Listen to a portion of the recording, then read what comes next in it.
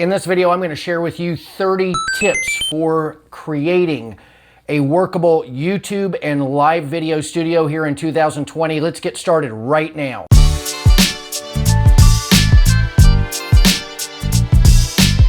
Hey there, I'm Todd.LIVE. I am a live video enthusiast, podcast professional, and YouTube creator. And I spend a lot of time working on my studio, which is here in my home office.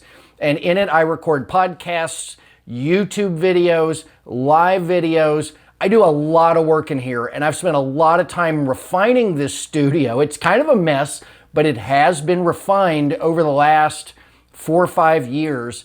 And I'm here to share with you 30 top tips that I have to make your studio more workable, to remove friction from the process of creating video or creating podcasts, to make your life easier, to go from walking in the door and sitting in your chair and getting a broadcast going or getting a recording going and being finished with it, and eliminating as much setup time, as much friction from starting the record button to getting the job done. So let's just get started. And I'm going to go through these really quickly. So I hope you enjoy this video. Hit the subscribe button down below if doing YouTube videos, doing live videos, podcasting, just broadcasting at large on the internet is something that you're interested in learning a lot more about. Hit the subscribe button, hit the bell so you're notified.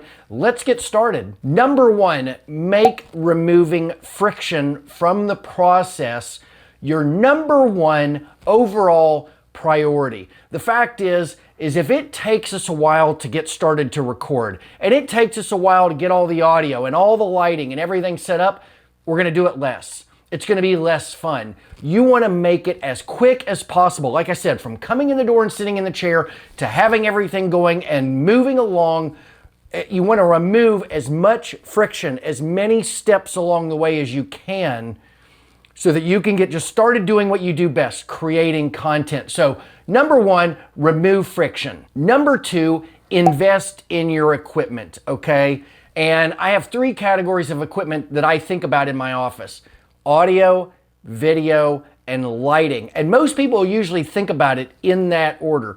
Audio, everyone knows, is number one most important thing when it comes to a broadcast. You've got to have good audio in your podcasts. You've got to have good audio in your live videos or your YouTube videos. Second of all comes video. People use video of all different kinds out there, different kind of qualities. Some people use 4K, some people use 1080p, some people are using 720, whatever. You can get away with less than perfect or less than 4K video, but the audio, you really need to up it as best you can right out of the gate. So audio, video, and then lighting is kind of the last thing people think about, but lighting is terribly important.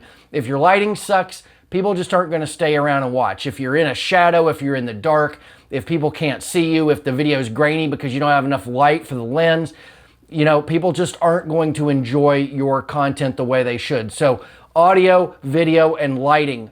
Always be pushing, always be striving to get better. So make that a priority as well, along with removing friction from the process. And in this video, the way I categorize the tips, we're gonna go through some audio tips right now, we're gonna go through some video tips, and we're gonna go through some lighting tips. And then I've got some general category style tips to round out to get us to 30. So let's start talking about the audio tips. My number one audio tip is get your audio equipment out of the way. You don't want it right here in front of you. I see people with studios, they've got a mixer right in front of them between them and the camera. No, you don't need your audio equipment in front of you. Get it off to the side, okay? If you're doing a live show, if you're doing a YouTube video and you've got some hotkeys or something so that you can play some certain sound effects during your production, during your recording, great. But like mixers and compressors and audio interfaces and things that convert your audio from analog to digital, you want to get that stuff out of the way. You don't want it anywhere in front of you. You want to get it away and somewhere out of sight, out of mind. Get it all plugged in, dialed in the way you want it. Get it out of your way. Which leads us to point number 2. You need, if you've got the space for it, you need a dedicated space for your, actually, I think this is number 4, a dedicated space for your audio equipment so that you don't have to touch it, okay? You put it off to the side. And we're going to get to some tricks that make it so you never have to touch your mixer, you never have to touch your compressor, you never have to touch your audio interfaces. It's off to the side, out of the way, set it and forget it. So you need a dedicated space. If you don't have space off to the side, maybe up underneath your desks. Maybe you can have some sort of shelving up underneath your workspace, or some shelving on the wall off to the side or off in front of you. You want to get the audio equipment away from you so you don't have to screw around with it. A dedicated space is important to make that happen so that you don't have to set it up every time you get your camera out. You've got to set up your audio equipment too. No, you want a dedicated space. Number 5, when you're buying cords, when you're adding things to your audio workspace and your audio production, maybe it's a microphone, maybe you want to add an iPad for some sound effects, to have a little sound pad on there and load it up with sound effects.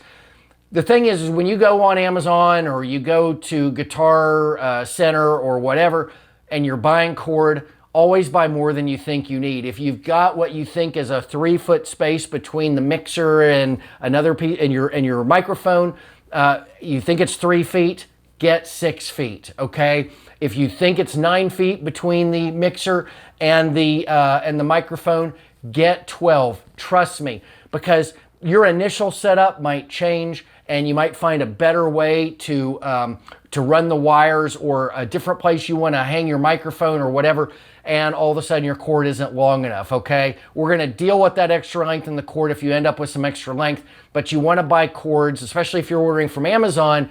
You don't want to have to constantly be sending cord back and this and that. Order the right size cord, which is extra long, okay? Now, if you think you have 9 feet between the mixer and the microphone, don't order 25, order 12, right? Be reasonable, but you want to have extra cord length in your cords all the time, because you're always going to be moving things around and figuring things out and refining your process and refining your studio, and it sucks when you don't have enough cord to do that. Number 6, zip ties, okay? You want to get bags of zip ties. You can get bags of zip ties at Lowe's, at Home Depot, on Amazon, whatever. But zip ties are going to be great for you, okay? Not only are you able to wind up extra cord slack that you've got when you buy extra length and zip tie it so that it's not all over the place, you're also going to be able to zip tie cords that are going from the same place, starting from the same place and going to the same place. You're going to be able to zip tie those and so that they're connected to one another, and that's going to eliminate clutter in your studio. Trust me, folks, that is a lifesaver. One of the big things with doing a YouTube or a live video studio, podcast studio, is eliminating the clutter. All this electronic equipment, if you're doing mixers and microphones and compressors and digital analog interfaces and various things, you're going to have a lot of cords in your office, and cords collect dust, and cords are hard to clean around. So the harder or the easier you can make it by wrapping cords up with zip ties and taking out the slack of cords with the zip ties, it's going to make it easier to clean your office. It's going to make it so there's less nooks and crannies all around your office to collect dust, to get dirty. Because trust me, it is tough to clean an office that is a professional setup with audio equipment and video equipment, because you've got cords everywhere and it's impossible to nail them all down and make it perfect. That's why I always think my office is a mess to some degree or another, is because I can't nail down every cord. It's impossible. And when you nail them down too much, if you need to make a change, it's impossible to get it all untethered. So you're walking a fine line between chaos and total control and absolute order. So you're trying to find that middle ground where you've got it good enough, clean enough, controlled enough, but if you need to make a change, it doesn't blow up your whole office trying to remove one cord from this massive zip-tied controlled structure that you've created. Trying to figure out which cord it is, cutting all the zip ties and freeing it all up and then having to tie it all back. So you've got to find that middle ground. Number 7, when it comes to audio equipment, plug all of your audio equipment into the same power strip, okay? So what I did a couple of years ago, I was always having to crawl under things to turn on a mixer, crawl somewhere else to turn on a compressor, crawl somewhere else to turn on this, crawl somewhere else to turn on that. I ultimately got enough cord length for all of those components. Some things required extension cords or whatever, and I plugged it all into one power strip. And I had that power strip right beside me on my desk, so if I wanted to turn the audio on, boom, it all came on. And on my mixer, the power was always set to on. On my compressor, the power was always set to on.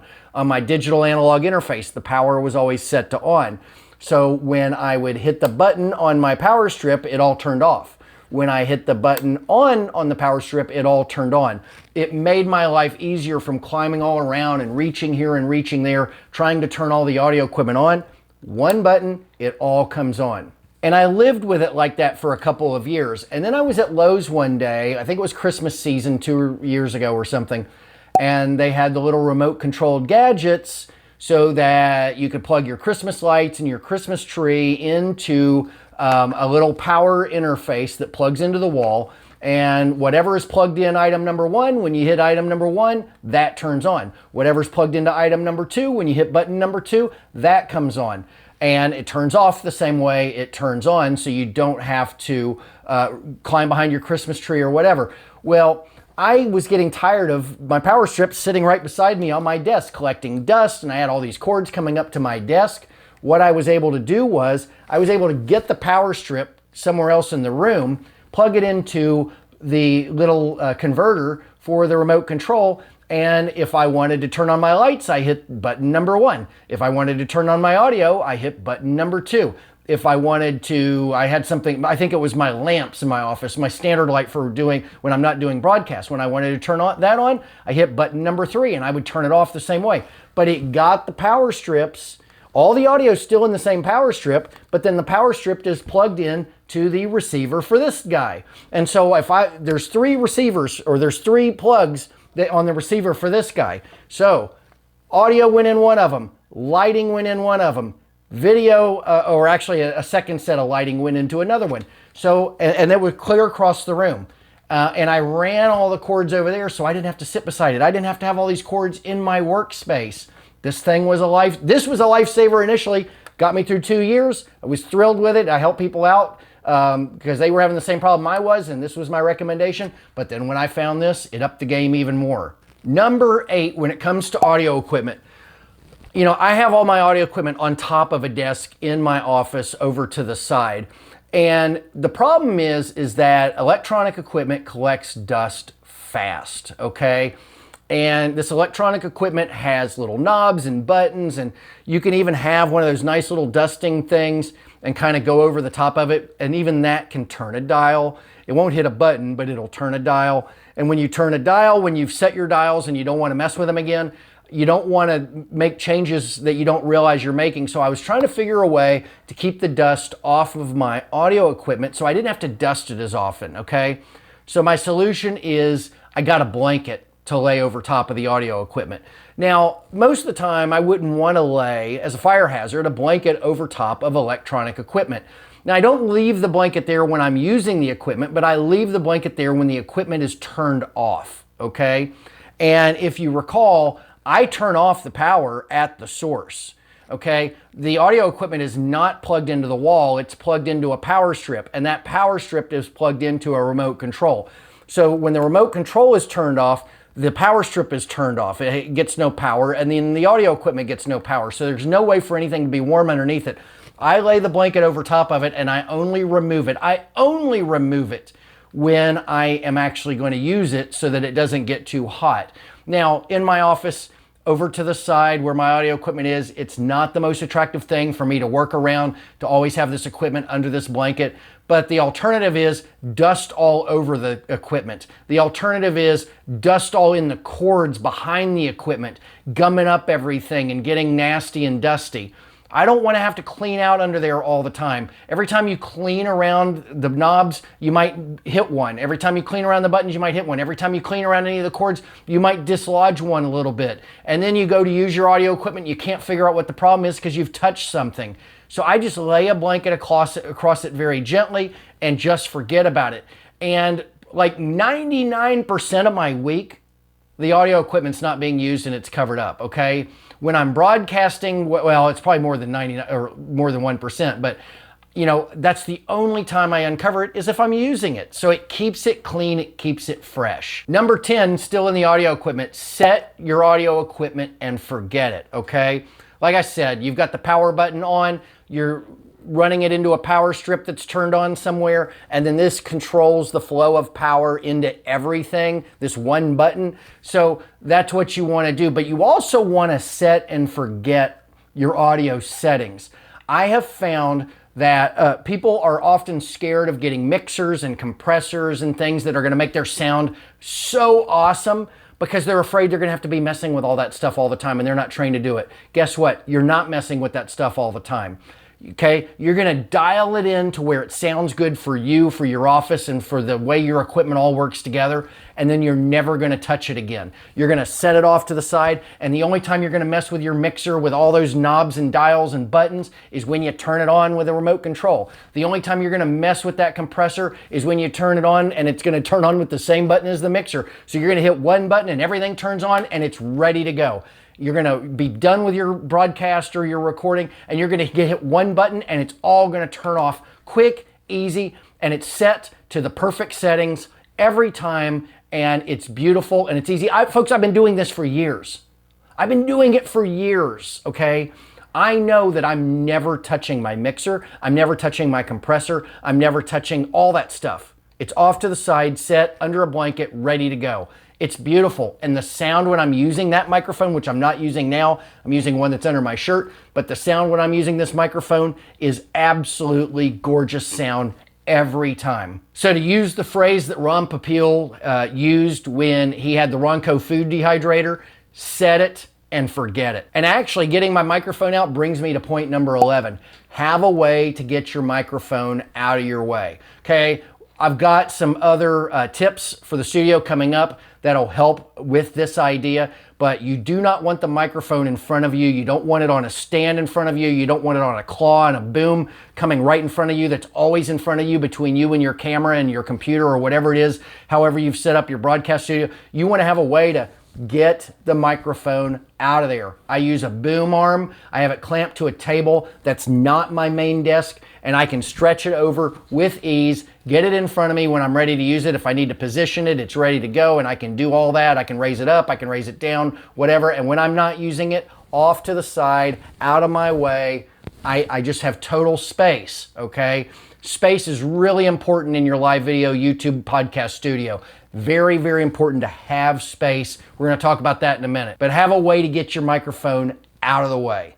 Quick, easy, and have a way, of course, to get it back in your face with ease. Okay, that kind of wraps up my audio tips for this video. We're going to get right into some video tips. First things first, see what other people are doing and copy it. No, I'm not saying copy their content exactly. I'm not saying copy everything. But like if you go on Livestream Pros and you see that David over there has an awesome bokeh in the background, which is the blurry background where he's nice and crisp in the front, find out what lens he's using. Find out what camera he's using and copy it. If you like the way Owen Video does something, copy it. If you like the way Todd.LIVE does something, copy it. Find out what people are using and copy it. If you like what effect they've got, if you like the way the lighting is or the scene or the background or whatever, find a way to copy it and copy it. Make it your own, personalize it, do whatever you can, but copy it. Learn from others. You don't have to reinvent the wheel. You can take something you see me do and make it better. Or you can take something that you see me do and make it better for you.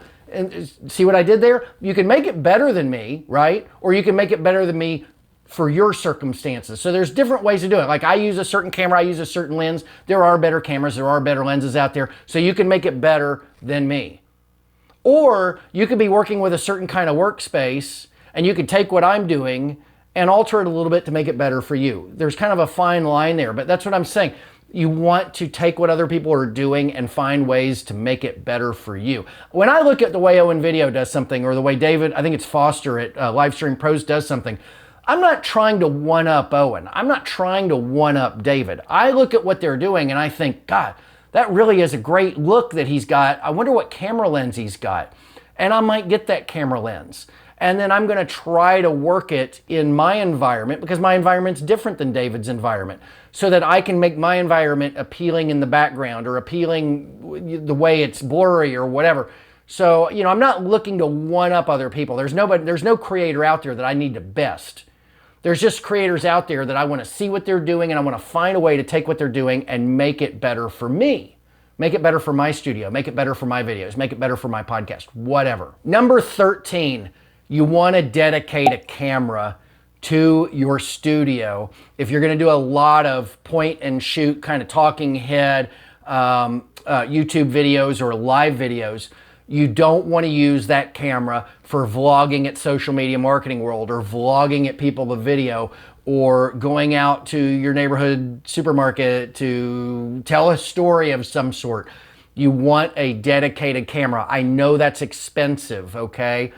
Trust me, I've got like 4 or 5 awesome expensive cameras, tons of lenses in this room that I'm sitting in right now. It's because I want a dedicated camera for vlogging. I want a dedicated camera for my live video. I have another dedicated camera, so if I've got somebody with me and I'm doing some vlogging and I want them to record me while I'm vlogging myself. I've got a Canon 5D Mark III that I bought years ago for another business that I do certain things with, okay? But you don't want to, like that Canon that I bought years ago, I could do everything I do with that one camera, but I don't want to move that camera around and have to move wires and batteries and tripods. And no, I want, when I go do a YouTube video, this camera that you're watching right now from is a dedicated camera. Yes, it's an expensive camera, and its only purpose is to sit above my computer in my home office under the lights, pointed at me the way I want it to be pointed at. So when I'm ready to go, I turn it on and start recording immediately, okay? If I want to go vlogging, I have a camera off to the side, I grab it and go. If I want to do something with my Canon, it's over there behind me, I grab it and go. So dedicate a camera to your most used shot or shots, okay? If you've got a couch and a couple of chairs and you're gonna have this coffee table style point and shoot video where you're sitting on the couch and maybe you have guests come in, and you know, you don't want to have to take that camera down every time you set up to use that set. Have a camera that's sitting on a tripod pointed at that all the time, ready to go. If you're using it enough, okay? If you're not using it as much, it might be silly to have dedicated cameras, but you want to have dedicated cameras for the things that you use often so that you remove the friction, you get the broadcast or the recording going, and it's easy and it's simple and it's the hit of a button or two and you're off and running. Number 14, select your lenses wisely. Trust me, folks, before you buy any lenses for whatever camera, be sure to select them wisely. I have a fortune in lenses because I've had to learn lenses as I'm buying lenses. I didn't start all this knowing a damn thing about lenses. I had to learn it as I go. And I didn't ask a lot of questions. I'd buy a Sony a6400 and I'd get a Sony a6400 10 to 18 millimeter lens to go with it. That was my knee jerk, or an 18 to 135 millimeter lens. That would be a knee jerk buy. I didn't think about there's other manufacturers out there that make great lenses, maybe better lenses than Sony's offering, lenses that do different things, lenses that work better in low light, lenses that work better in bright light. There's all sorts of considerations when it comes to lenses. Now, you don't want to get into analysis paralysis with lenses, but again, if you see David Foster at Livestream Pros doing, gets the great blurry background, find out what lens he's using and go straight to that lens, okay? If you like the way Owen Video's doing something, if you like the way Dan Courier's doing something, and you think it has something to do with the lens, figure out what lens they're using and get that lens. Don't just buy the lens that you think that goes with the camera, because oftentimes that's incorrect. Now, I don't mind spending lenses and doing trial and error because I've got a great lens collection. I use my lenses. I like having choices with my lenses. I've got backup lenses. If one breaks, I've got another one sitting back there. It's great, okay? I can have multiple cameras going to events if I want. If I want to take my daughter or somebody else with me, she can have a camera. I can have a camera. They're both loaded and tricked out and ready to go. I love all that. Not everybody has that budget. I get it. But I didn't buy all this stuff at one time. This was all over time. I might buy a lens in December and then buy another lens in May and buy another lens in August, and you know, and over the couple of years, then I've got a lot of nice lenses. I got a couple nice cameras. I get, you know, so you know, build slowly, but think about your lenses when you buy them and make sure that you're buying them for the right reason and you're getting the right lens. Okay, most cameras do not come with a power supply that runs like a cord that you plug into your camera and it runs and plugs into the wall. Most cameras like the A6400, the A6500, the Canon 5D Mark III, which I think is now the Canon 5D Mark IV. There might even be a Canon 5D Mark V out now. These are only going to come with batteries. They're not going to come with anything that allows you to plug the camera into the wall. You're going to have to buy, I think it's an analog, and I'll put it on the screen, but it's like, it looks like a battery and it has a cord coming out it, and you have to shove that into the battery compartment, and you have to close the battery compartment. Most or all of them that allow for this have a little rubbery thing that allows the cord to run through it so the battery compartment can shut, because a lot of these cameras don't operate properly or operate at all if the battery compartment's open. So you're kind of tricking it into thinking that you've got a battery in there, which you don't have a battery in there. You just have a battery adapter, and it runs and plugs into the wall. Trust me, folks, when you're creating content, when you go live, you don't want the camera to stop running because you ran out of battery. You didn't check it, or it drained fast, whatever. You don't want to worry about when you're recording changing out batteries. You just want to have a constant power supply so that you can get the job done. And it's like the camera that's dedicated. It has a dedicated cord coming out of it and going into the wall. It's just what I do with this camera. And that makes it so that I can go live, I can record with ease, and I have full power. I don't have to even think about, do I have enough power? It's removing friction, folks. If you have to think about the power and how much you've got left and do you need to change the battery, that's friction. That slows you down. That makes your job harder. Remove it. Get the battery pack and or the adapter thing that plugs into the wall, and you're set. Camera cages are your friends, folks. Even a dedicated camera that's in your home office. Right now I've got a lavalier microphone that's underneath my shirt, and it transmits the signal through the air to the receiver, which is attached to the camera, and that receiver can attach to the camera because of a camera cage. Depending on what you're doing with your camera, you may have several things that you want to attach to your camera. You might want to put a screen on your camera, a bigger screen than the camera has. Maybe you have a camera that doesn't have a flip-up screen, so you want to get a little aftermarket LCD video screen to mount on your camera. Most cameras are going to have one place to mount something, okay? Usually that's for a microphone. You can really put anything there, but it's dedicated for a microphone. But if you want to have a receiver, if you want to have a dedicated microphone, if you want to have a bigger screen to attach to your camera, you're going to need a camera cage, okay? Whatever devices that you're going to want to attach to your camera, you're just not going to have enough space to attach them, so cages work great. I have cages on my dedicated cameras. I have cages on my vlogging cameras, so that way I can have all the equipment that I need. I can customize it very quickly and easily, and I don't have to depend on that one place on my camera that allows me to connect something to cover everything. So camera cages are your friends. Get a camera cage for every camera you have. I highly recommend it. Remote controls for your cameras, folks.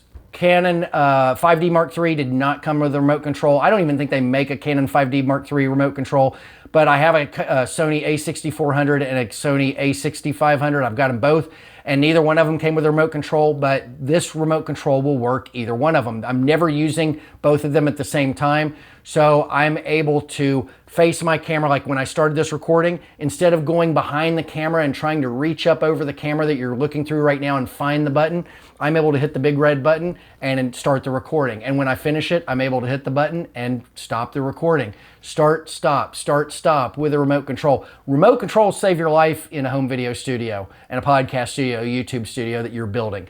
Anything that you can put on remote control works great. I can mess with the focus on this thing. There's all sorts of things I can do with this. I can get into the menu, and it's kind of hard for me to see the little screen that comes on my A6400, but sometimes I have a bigger screen attached to it, and I can work the menu. I can work the focus. I can work all sorts of things with this remote control. But it's great. If I'm out vlogging and I'm holding the camera in my hand, and I've got it pointed at me, instead of having to hit the little button, find it, and then go like that, I can just like have the remote control, and I'm looking at the camera, talking to it, remote control, turn it off. Maybe there's a disturbance, something that's that I need to make sure I'm safe, or maybe my phone's ringing or something like that. Hit the button stop, hit the button start.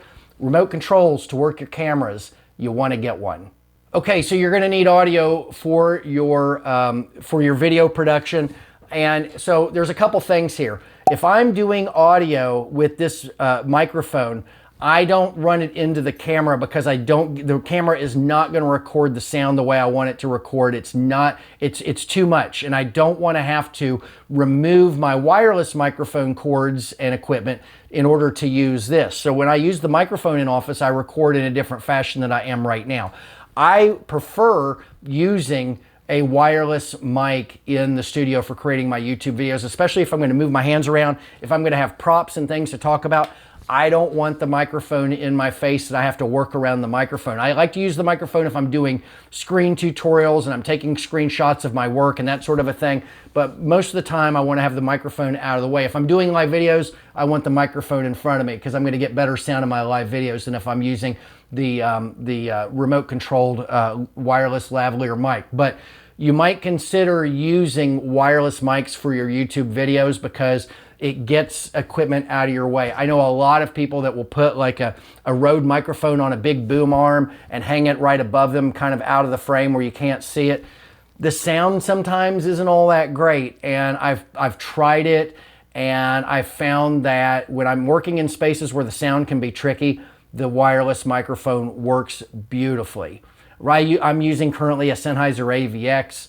And I love it. It pairs instantly. I don't even have to work. I turn one on, I turn the other one on, and they pair. It's beautiful. If I'm going to record with my other microphone, that's great. I do my recording a little bit differently, but I love using the wireless mics when I can because it gives me space. Space is important to me when I'm doing my work. I don't want things in my way if I don't have to have them in my way. Number 19, dedicated tripods. The camera that you're looking through right now, I told you it sits there, it stays there. I do nothing. I don't even put a lens cap on it, okay? It stays there and it hardly gets touched. It is on a dedicated, expensive tripod. I had to buy a nice tripod in order to get it to work behind my 27-inch Apple monitor the way I wanted it to, okay? That was very, very tricky, and I had to kind of just go for it and get a really nice tripod. And that's the only thing this tripod is used for. I have multiple tripods. I have a tripod there, I have a tripod there, I have a tripod over here, I have some tripods over here. And most of them are all the same brand, Geek Odo, and most of them they're all like 120 bucks. But I even have a Geek Odo tripod for watering my garden because I don't want to stand there with the hose and point it at something for 20 minutes and let it get soaked. I put the hose I got a clamp and I put the spigot in there, and I'm able to use that tripod to point it at something and leave it so I don't have to stand there. It's great. I love these tripods. So get dedicated tripods for the scenes if you have 3 different scenes that you normally do. Don't have to move your tripod, 1 tripod or 2 tripods around between 3 scenes. Get 3 tripods, okay? And have them set up as best you can. I understand you might have to take one down in order to get past it when you're not using it, whatever. But even still, do you want to take down your dedicated camera behind your computer in order to have a save the 120 bucks and have to take everything apart and spend an hour screwing around with it to get that tripod to use it over here for one recording? No. Time is money, okay?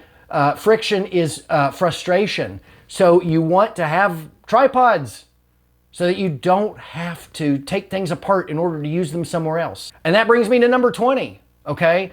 So if you're gonna buy the same brand of tripod, and you're gonna have multiple cameras, let's say you need 3 tripods, but you've got maybe 4 cameras that you might use, or you've got whatever. The release plates on the tripod, a lot of the times are proprietary. If you buy a tripod for Geek Odo, I know it works on a lot of brands. But some brands, the release plate that attaches to the camera so that you can turn this knob and remove the camera from the tripod and maybe put another camera back. A lot of the times those plates are proprietary, which means that they only work with that particular brand. So you want to think about this. I have like 5 cameras in this 4 cameras in this office. I've got one A6500, I've got 2 A6400s, and I've got a Canon 5D Mark III. Okay, all of them have a Geek Odo release plate attached to them at all times. And that way I can move them around. If I want to use the Canon 5D Mark III instead of the A6400, I can simply detach the camera in its entirety and get rid of it and put the Canon there and attach it.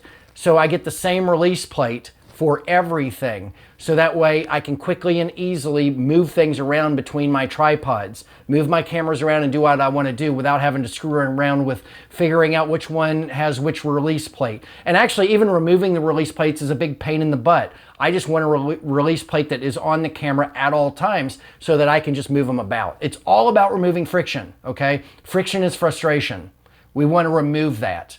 Get release plates, get tripods that all match. If you're gonna buy 2 or 3 tripods, make sure you're getting all the same thing. And on Amazon or wherever, you're gonna be able to buy release plates separate for like 10 bucks, right? Get 3 or 4 of them. So that way, anytime you've got a new camera, a new piece of equipment, and you wanna put it on a tripod perhaps, you've got a release plate to dedicate to that piece of equipment. All right, that closes out video. We're gonna move to lighting. Quick.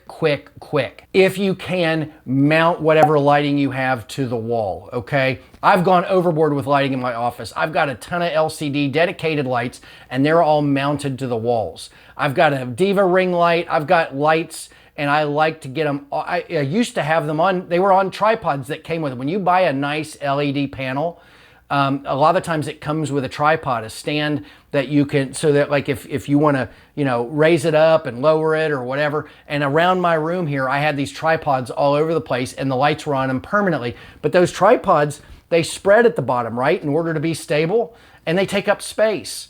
And it was wonky. My whole room was wonky. The way I had to sit the furniture was wonky because of all these legs that had to be stable in case there's an earthquake here in Southern California or whatever. So when I had the money, I went to the brand that sold me the LED lights, and they sell panels that basically screw into the wall, into the studs, so you can leave them there. And as you see, you can look around my office and there are lights attached to the wall in dedicated spots. It's a wonderful thing. It gets them off the ground. It eliminates the dust. They still collect dust up on the wall, but the tripods with wires everywhere, I mean, my office was a convoluted disaster with the tripods that held the lights up, all the wires, everything else. So getting the lights up onto the wall made life in my home office, in my studio, wonderful. Just like with the audio, you want to get all of your lights to 1 or 2 power strips. You may have, like in my office right now, I think I've got 8 lights, okay? Sometimes I only use 2 of them, and sometimes I use all of them. And those are the 2 configurations in which I use my lights. So I have a power strip for each configuration. So I've got 2 lamps going into 1 power strip, and I've got the other 6 going into another power strip. And with 1 button, I control 2 of the lamps, and with another button, I control the balance of the lamps, okay? So that way, if I want to do the lighting where I'm only using 2 lamps, I hit 1 button. If I wanted to use the lighting where I use all lamps, I hit both buttons. But they're all going to the same power source. They're all going to a wall somewhere, and they're all controlled by remote control. That way, I don't have to screw around with all these lamps. I have them all set. I don't even have to change the brightness or the contrast or anything. They are set the way I like them. The only thing I do when I want to use my lamps is turn them on. And when I'm done with them, I turn them off. I do nothing else. And you can do this too in your studio. It's not hard to do. It sounds scary. It sounds like it'd be tricky, and you know, but it's not, okay? And that way you remove friction with your lighting. If you've got 6 lamps around your room to eliminate shadows and give you the best light, you don't want to have to go and turn them all on. You don't want to have to go turn them all off. And some of them are kind of hard to reach. So when I go to reach them and turn them on or off, I move them a little bit accidentally. I don't want to have to touch them at all because I've got them set the way I want them. This is what you want to do in your studio, so that you just turn it on and they come on, turn it off, they turn off, and they're set the way you want them each and every time. Removing the friction removes the frustration. And actually that was number 23, was have all the lights controlled with remote control. So I kind of just gave you both 22 and 23. All lights are controlled by the remote control, so it's easy on, easy off. Well, hell, I actually gave you number 24 too. Have lighting for all different shots, okay? If you do 2 or 3 different shots in your office, have the lighting ready to go. And so let's say you have 3 shots. Have 3 different power strips going into something that has 3 buttons, right? And button number 1 is lighting for a certain situation. Button number 2 is lighting for another situation. And button number 3 is lighting for the final situation. The thing is, though, you're not going to be able to use the same lamp for 2 different situations, because if the power is controlled by 1 button for a certain lamp, you can't turn that lamp on with another button. So there's some trickery involved, but in my office, which is pretty fabulous. I love my studio and I've worked very hard on it. I only have two situations. I have a lower light situation where I have a light in front of me to the left and a light behind me to the right. That's for my lower light lighting. And then I have another one, which I'm using right now, where I have 1, 2, 3, 4, 5, 6. I have 6 lamps, not 8. 6 lamps, and they're all on at one time to give me the best light possible in my office on certain days. I'm dealing with a day-to-day where it's rainy outside, so I can't get any natural light in, so I have more lights going. But I have the two different configurations, and one button turns on one configuration, one button turns on the other, and I'm ready to go. That closes out lighting. I have a few tactical kind of throwaway, and these may be some of the most valuable tips that I'm going to give you to round us out to number 30. Okay, so number 25, we've kind of hit on a few different times, but number 25 is making sure that you have the space in front of you as clear as possible when you're doing your work. Whether you're podcasting, whether you're doing live video, whether you're doing YouTube or whatever else. I actually use my workspace for whatever I'm doing. This is my space. This is my broadcast space. This is my workspace. If I'm going to sit down and write a blog post, I do it right here. This is my workspace. And I have it set up to where I can clear the space, get room around me with ease. I have a big desk in front of me with about 3 feet of space with really nothing on it other than a keyboard, a mouse, and a laptop. And the screen in front of me that you can't see that's in front of the camera that you're looking through is actually on a second desk away from me, so that I get my 27 inches kind of away from me too. So I'm clearing space. I'm making it so I've got room to breathe, room to work. It keeps me happy. It keeps me less stressed. And I think it will for you too. As you build your studio, be sure to give yourself as much space as you can. Another thing, I'm running all this power away from me, right? I've told you, I get it away from me and I put it in, I put power into, if I run a cord from a mixer or a camera, I run it into a power strip, and the power strip's going into a remote control thing, and the remote control thing is plugged into the wall. Well, I've got several lines of things happening. So I might have a cord, an extension cord going from the wall out. And then in that extension cord is a power strip with 6 places to plug in there. And from that, there might be other power strips and other things going on. So there's a chain of things going on. And a lot of the times one button can turn it on, one button can turn it off. But the problem is there's all this equipment. There's extra power strips, there's extra cords.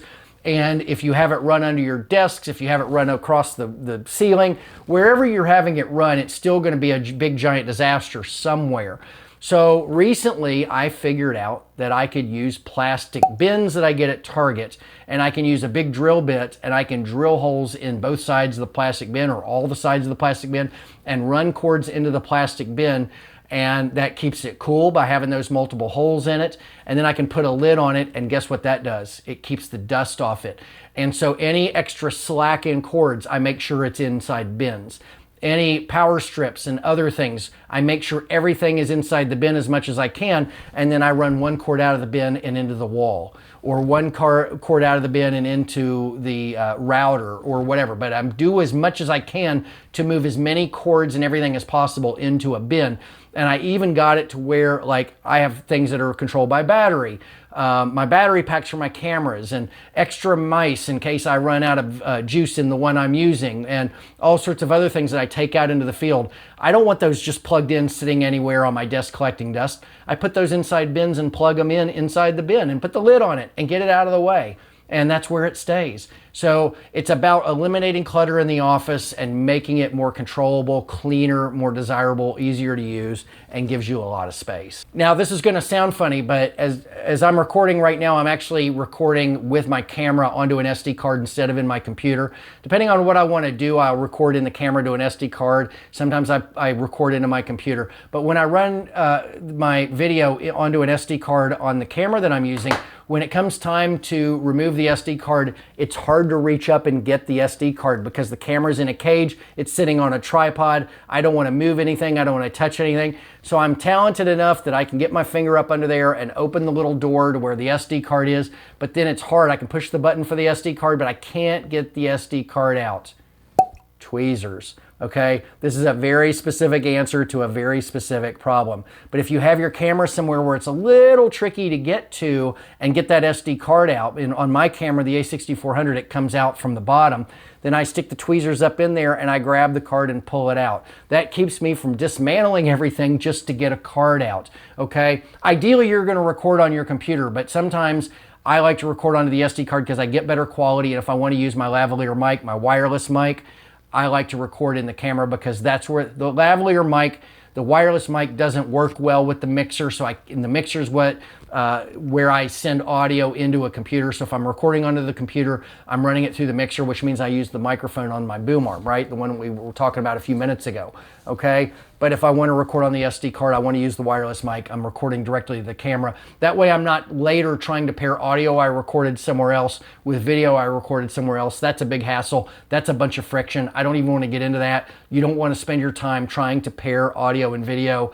It's a pain in the butt. A lot of people do it, but I don't like to do it. It's too much friction. So tweezers are the answer for getting the SD card out from tricky places. Then another thing, when you take the SD card out of the camera, I'm using a Mac. On the back of the Mac is where you plug the card in so that the Mac can read the card. Well, the Mac's on another desk, as I already told you, and the Mac is over there. I don't want to try to fish my arm behind it and find that and mess something up. I have to actually move the Mac. I have to can it to the side a little bit so I can get behind it. No, no, no. Instead, like this U-green adapter, this right here plugs into a USB. It's got ports for micro SD and SD and all sorts of things. And I'm able to run that cord out. It's like a little remote control. It's like a wired remote control. And I can plug my SD card into that without even getting out of my chair. It makes life so much easier. Again, removing friction removes frustration. Then another thing, with cameras, with computers, with audio, you're going to need a lot of USB ports for various things that you're trying to do, okay? There's never going to be enough USB ports on the back of your PC or your Mac coming standard from the factory OEM. You're going to need more USB ports. These Anker USB ports are fabulous, okay? You can plug this Anker USB port into your computer, into one USB port on the back of your computer, and all of a sudden you've got like 12 or 15 more USB ports to use, and your computer will understand them all. It's a wonderful thing. These things aren't cheap. They're like 70, 80 bucks, but they make life so much easier. You can, if you want to put your phone, run your phone screen into something like Ecamm or Wirecast, this is going to help you do that. If you're wanting to keep things powered, this is going to help you do that. If you're going to want to run audio here or there, this is going to help you do that. These things are a lifesaver. And finally, number 30, as you're building your shtick for creating YouTube content, podcast content, live videos, whatever, as you're building your studio and getting more sophisticated and trying to figure out, or even if you're just trying to break the ice, reach out and ask somebody.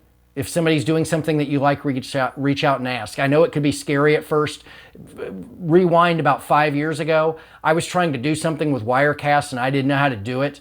And I didn't know my good friend, who's now my good friend now, Ross Brand, he was already up and running, and I thought, man, this guy, he's so busy and looking so good with what he's doing. He probably doesn't have any time to screw around with me.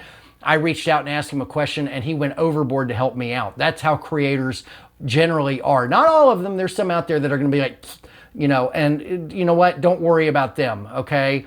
But there's a lot of, and the predominance of the creators out there are very, very generous with their time and sharing with you their knowledge. If you see something you like, if David Foster is using a certain lens, the first thing to do is try to figure out, does he have, if you're watching his YouTube video, does he have the lens listed in the comments below, in the description? You might be able to get the answer to your question on your own. But if you can't get the answer to your question on your own, reach out and ask. Don't be afraid to reach out and ask. I like to help people. Other people out there like to help people. Reach out and ask. There's no reason for you not to move forward because you're stuck somewhere. Reach out and ask. If one person doesn't give you the answer, ask someone else. Go to Best Buy. Go to Guitar Center. Call up whoever you need to call up. Some company that makes something that you're thinking about.